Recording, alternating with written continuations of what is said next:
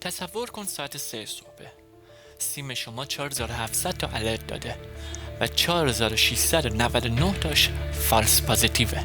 و اون یکی دقیقا همون اتکریه که الان 3 هفته است تو شبکت کنگر خورده و لنگر انداخته.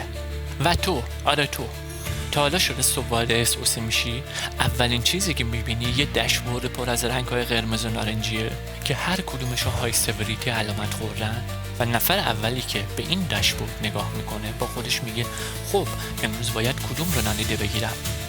سوال، اینجا مشکل از کجاست؟ مشکل از تحلیلگره یا مشکل از ابزاره؟ نه، هیچ کدوم. مشکل از اینه که کسی این فرآیندها و تشخیص‌ها رو مهندسی نکرده. اگه این حس رو میشناسی، پس تو یک باشگاه الفتیک هستی، کلوب خسته ها و داغون ها، جایی که همه چیز فوریه. پس در واقع هیچ چیز فوری نیست. ما اینجا نمیخوایم یاد بگیریم چطور الرت های بیشتری تولید کنیم.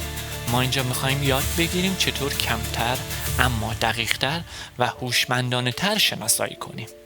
سلام دوستان، من رضا هستم و این اولین قسمت از سری ترا دیتکشن انجینیرینگ در آرتکنیس لب هست. با من همراه باشید.